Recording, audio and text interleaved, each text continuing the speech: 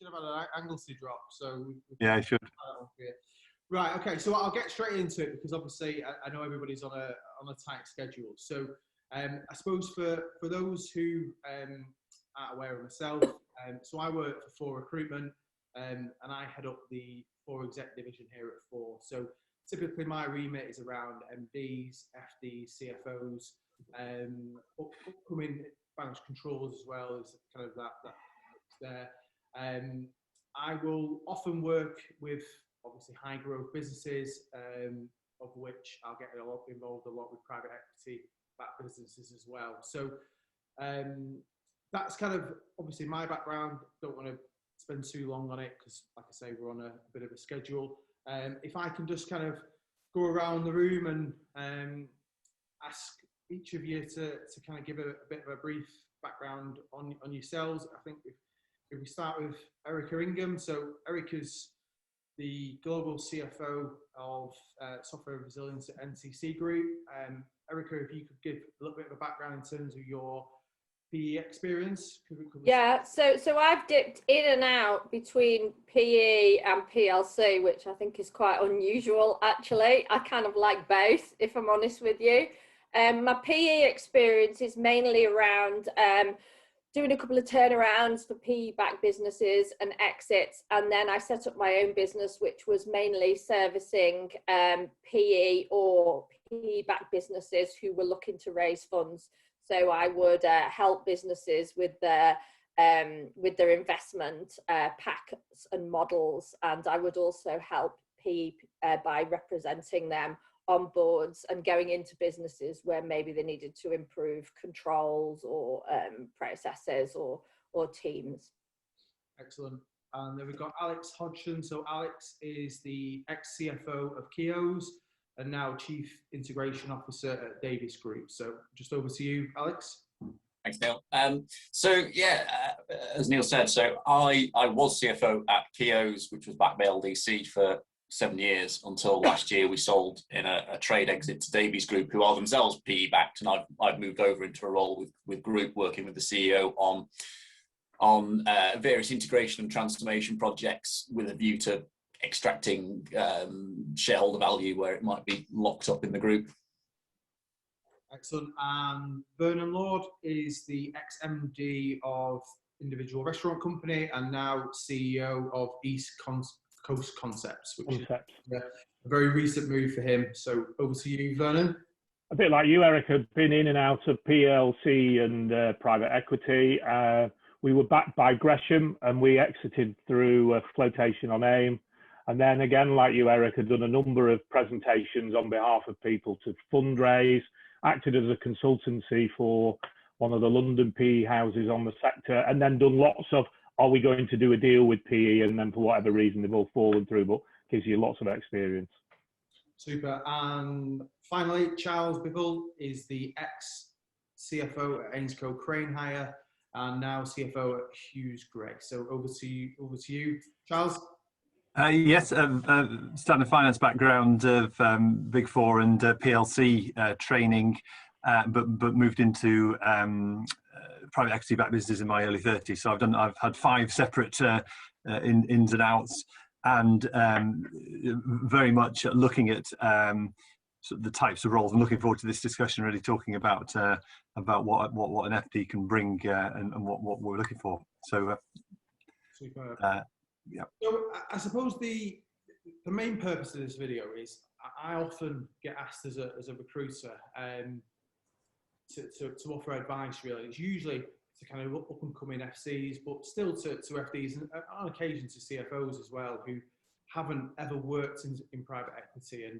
And you know, there's a million questions that I get asked about. You know, how can I get into it? What's it like? And you know, ultimately, you know, I speak with hundreds of FDs and CFOs on a regular basis, but the reality is, you know, I'm not an accountant and I've never worked in private equity. So as much as I can offer advice off, I suppose, what I hear from everybody else, it's very difficult for me to give real life examples because, as I say, I've never worked in private equity and I'm not an accountant. So it would be really good to get some advice from you guys today. And obviously pass this video on to those who are looking to get into private equity. So I think first of all, if we kick off with a question, what I'll do is I'll ask each of you individually one of the questions, and obviously if there's things that we want to discuss afterwards, we'll get into that. The last question that I'll ask as well, I think it'd be great to get all of your own individual opinions on that. But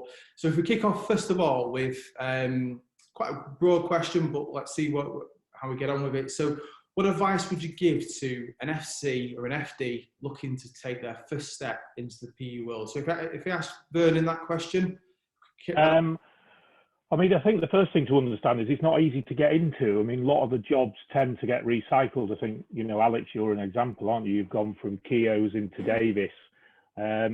So for me, I think it's easier for a financial controller because the pressure is not as prominent as it would be in a CFO.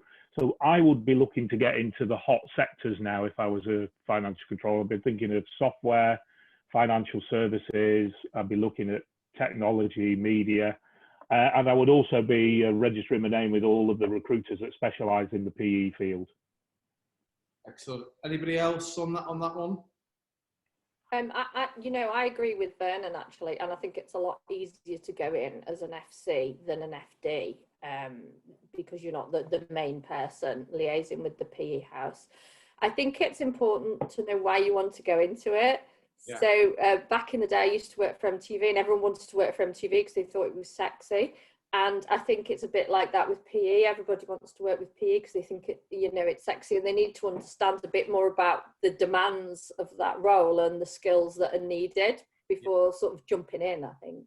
Yeah, I think it's often what I hear. I think it's almost like the buzzword of PE. Everybody who's got that fire in the belly wants to kind of get into it, but ultimately they probably don't know that much about it. But like you say, it's kind of that sexy thing to get into, but the reality of it sometimes is it's not for everybody. And hence, and a lot of people think they're going to go in and immediately make millions, and a lot of them don't do that as well. So I think a bit of a reality check as well. It's a great industry, environment to work in. If you like that kind of stuff, it's fantastic, and I love it. But I think people need to go into it with their eyes open. I think one of the most challenging things is that almost every CFO advert in a PE-backed business, the first requirement is having previously been a CFO in a PE-backed business and taking it through a successful exit. And that instantly creates a barrier to entry to go in at that level. So looking at, I think, how you can bring something, if you are trying to go in straight at number one role, I think almost your easiest way in is as a number two role, and then try and progress upwards in a business that's growing or expanding. Work with the right CFO or the right CEO that you're going to learn from. I suppose my first step into the PE-backed world, again, that was a requirement that I didn't meet, but I had the sector alignment. So making sure you can, how can you bring good value to this role, even if you can't tick what looks like that first red line of have you got previous PE experiences in the board in finance? Yeah, I agree with these points. I think from a personal perspective, I joined pre-first PE. I joined a business that was that knew it needed to do something on the equity front in the next year or two.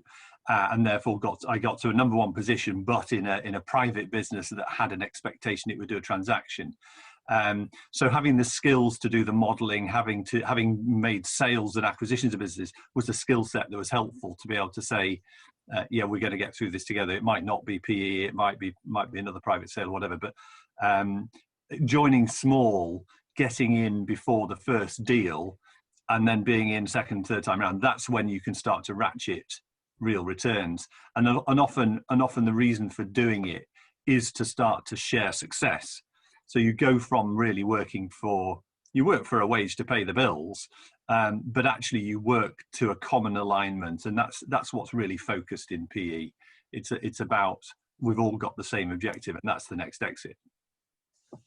Probably the most asked question that I get is what advice would you give going to your first interview for a private equity-backed company. Charles, if you don't mind me asking you, maybe a bit of advice that you would give to an FC or an FD going for that first interview, what would you say? Yeah, I mean, I think there are a few things. I mean, the first thing is you go for something you can relate to and you're going to really enjoy. It's going to be hard work, and you need to be able to enthuse about the product and the strategy and really immerse yourself in it. So fundamentally, your motivation comes from the people you're working with and what the business does, not from, oh, I'm going to survive here 3 to 5 years because it's worth it for the money. And then I think the second thing in terms of going to an interview, you've got to put yourself in the PE house's feet and try and understand what their strategy is, understand what the USPs of the company are. You know, what are we trying to achieve together, and have I got the skills to help do that? So if it's a buy and build, have I got those skills? If it's a turnaround, am I that sort of person? You know, and to be able to demonstrate. So there's a lot of ticks in a box you're trying to get to, but in terms of you know, it's an enthusiasm for what the business does, and bearing in mind that you know, PE houses are thinking about the exit before they even enter. Yeah. Okay. So tying on very nicely, really, from that question, I suppose, what questions could you ask during an interview to really kind of make you stand out from the others that are there as well? If I asked Alex that question, so if you were going to an interview, what kind of questions would you be asking the owners or the private equity house to make yourself stand out from the crowd? Sure. I think when you go into this sort of situation, you are never going to know as much about the business as the guys who are interviewing you, and almost trying to be too smart can trip you up. So I think for me, talking around questions around the cycle, what are they aiming to achieve? I think always remembering there's three core parts to the equation when you're looking at driving the value. There's the EBITDA, there's the multiple, and then there's the amount of debt around. And the one thing that I think a lot of people don't necessarily focus on is that multiple. And you know, so extracting the thoughts of the CEO or the PE house, depending who's interviewing you on, okay, what needs to change in this business to make sure that when the exit comes, it's a couple of notches higher on the rating scale than it is today? Because that really shows an interest, not just in the numbers and the finances, but the sort of the softer components of the business that might mean it carries a higher value at the end. So it's things like, okay, how can we get technology more into this business to make it more scalable? Things like that, I think for me would show a good keen interest in the business outside of just the core reporting of the numbers, but without going in almost pretending like you already know the answer, and you're trying to be a bit too smart. Yeah. Vernon, I know you've just recently got a new position. So again, hot off the press, really, for you, how did you make yourself stand out in that interview process? Well, I mean, I was quite lucky actually. They came to me, but I think that was that was more through having 16 years of experience. But I think if I was sat in front of a PE house today, I think first of all I want to know probably why the change in the CFO. Lots and lots of CFOs, something they need to understand the candidates. A lot of them get, they don't make the journey, they do get change. So why are they making the change? And then I think something that you referred to, Alex, what it's expected that I'm going to protect value. What am I expected to do to create value? And what are the key levers within the business that are going to create value? Yeah. So Charles, anything to add on that? No. I think having done some research showing an understanding of the business, that they're absolutely the things. As I say, they're looking for people that will help them get out. The first board meeting after the completion of going in, it's a how do we get out? It is, isn't it?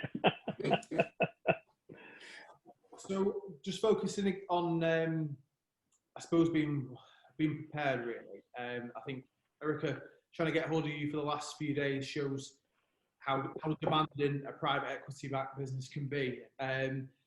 but what does a candidate? I'm not actually working in a private equity-backed business at the moment. So PLCs can be quite demanding too. So what does somebody need to be prepared for when they are working in a PE-backed business? I think it's very technical, right? The PE people that you're dealing with are very technical corporate financiers, and you need to understand that technical language and the way that they look at it and the metrics around that. So if you're not familiar with working with that on a day-to-day basis, you really need a good refresher on it, right? And I think you have to have excellent modeling skills, because if you're not doing the first model, you're certainly doing a few others, right? And you're submitting your model to guys who are brought up with that, and that's their bread and butter. So you have to have those really particular skill sets. When you go into a PLC environment, it's often about team and strategy and other stuff, whereas PE is quite narrow in terms of, right, how are you going to create enough value, when are we going to get out of this, how are you going to make sure the wheels don't fall off? And actually you've got to be able to have those sort of corporate finance conversations with the people that are investing in the business, because often the business owners are not financially trained or don't necessarily have that skill set. So you're the one that everyone's relying on. Charles, demands over the years? Yeah, I mean, it can be a very demanding environment, and I think that's where understanding the strategy as you go in will give you some insight as to where the demands might be. So if you're on a turnaround, very tight in cash, cash control, cash forecasting, 13-week cash flows, it will take a lot of your time, and they'll keep you awake at night if you're worrying about the payroll, that sort of thing. But those things tend to be quite short term, and ultimately, as Erica was saying, it's understand the documents. But I think the other thing is the pace. There's a pace of change and sort of an expectation that once you've discussed something, it will be done and you move on. So it's not come to the next board meeting and say how you're still planning to start. It's a rate of change and a cost of money, a time cost of money in terms of the length of the investment. So and I think analytical skills are very important. Sort of being on top of your numbers, being on top of the analysis of the business. You get a question in a board meeting, you might not know exactly the question, but you've got to demonstrate you're in control of it, and you can get back pretty quickly so that people can then understand, and because you're evolving the strategy very quickly. So I think probably the biggest thing, the demanding bit, comes out of pace, really. Yeah, and I think the board meetings at a private equity are tougher than normal, because often the investors pride themselves on trying to ask as tricky a question as possible, I think sometimes, but I definitely think that there's a pace and an energy, and that's the bit that I actually enjoy. You've got to get stuff done really quick, and it's not necessarily all the process documentation and Gantt charts that you'd get in the PLC. It's more like go and do it, and yeah, I'm assuming you've done it by tomorrow, really. Yeah. Okay.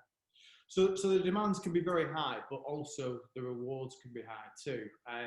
It'd be great to kind of end this discussion really with just getting a couple of examples from each of you, really, where you've experienced really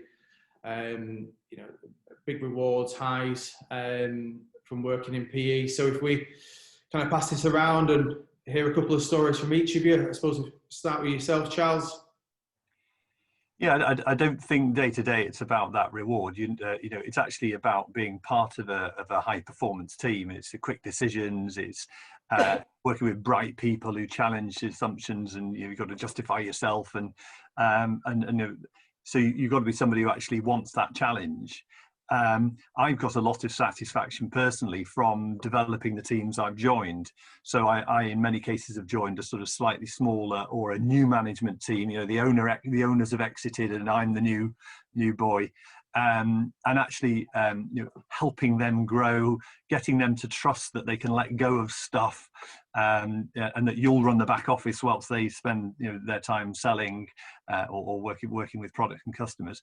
It gives a really good sense of team and achievement. So the satisfaction, yes, you know, there's ultimately an objective to make money out of an exit, but enjoying the journey, you know, is just as important. Yeah. Erica? I like working with the management team. I think there's a real teaminess about it as you're all sort of heading in one direction, and then things come and smack you in the face and you all sort of work together to sort them out. And so that's the bit that I enjoy. And I also quite like taking sort of best practice that you've learned in bigger environments that you wouldn't necessarily pick up in the smaller one, and taking it to that small environment, you know, stuff like, you know, governance, but particularly systems implementation and, you know, strategy and stuff like that. I think that can be really valuable, because often you know, the teams that you're working with, maybe they've set up that business or they've been there, you know, for a long time, and so you can take different perspectives in, and that's always quite fulfilling, I think. Okay. Vernon? I enjoyed the fact we were all aligned, you know, from the shareholders to the management team. You all knew what journey you were on, and if you did your job well, you were going to get well rewarded for it. I can't remember who said it. They are bright people, and it is quite nice working with some bright people who will challenge you. I've quite enjoyed all of that. Alex? It is, yeah. I think like Vernon, yeah. I mean, I'm somebody, and I think anybody who goes into this environment first time has to go in with the view of wanting to learn, and to learn, you've got to put yourself around people who are smarter than you, and yeah, it's nice not being the smartest person in the room, because you're surrounded by people that you're learning from. I mean, I think like some of the others have said, it's quite hard to look at that 6-year journey or 5-year journey I had and say, well, there's a particular point of great reward, because it's a journey. It is made up of a number of steps, and yes, occasionally you jump up a couple of steps, maybe when you make an acquisition, and maybe when you do something transformational, and then yeah, you get to the end of the journey and you go through the exit process. And if you're somebody who's motivated by the sort of real high pressure challenges, then things like M&A along the way, things like the exit process, you're going to find really personally rewarding in terms of satisfaction, because that's where those challenges really ramp up, the pressure ramps up, and then you get the moment of execution. Yeah, it's great to hear, I think, from all of you really, that the main driver is that kind of motivation to keep moving forwards and being challenged, rather than just the pound signs, which is quite refreshing. Excellent. Well, we'll draw a close to it there. I know you're all on tight schedules, and I really appreciate all of your time today. I'll drop you a note once obviously the video has been completed, and you can have a watch as well in your own time. But as I say, hopefully this will be a good guide for some upcoming accountants, and it'll be a really useful tool for them to use before they go out for any interviews, or maybe a bit of a reality check, maybe, and you know, it might not be for everybody to kind of enter private equity, and hopefully this will give them a bit more information on that. But I really appreciate all your time today. I'll let you all escape and enjoy your weekend.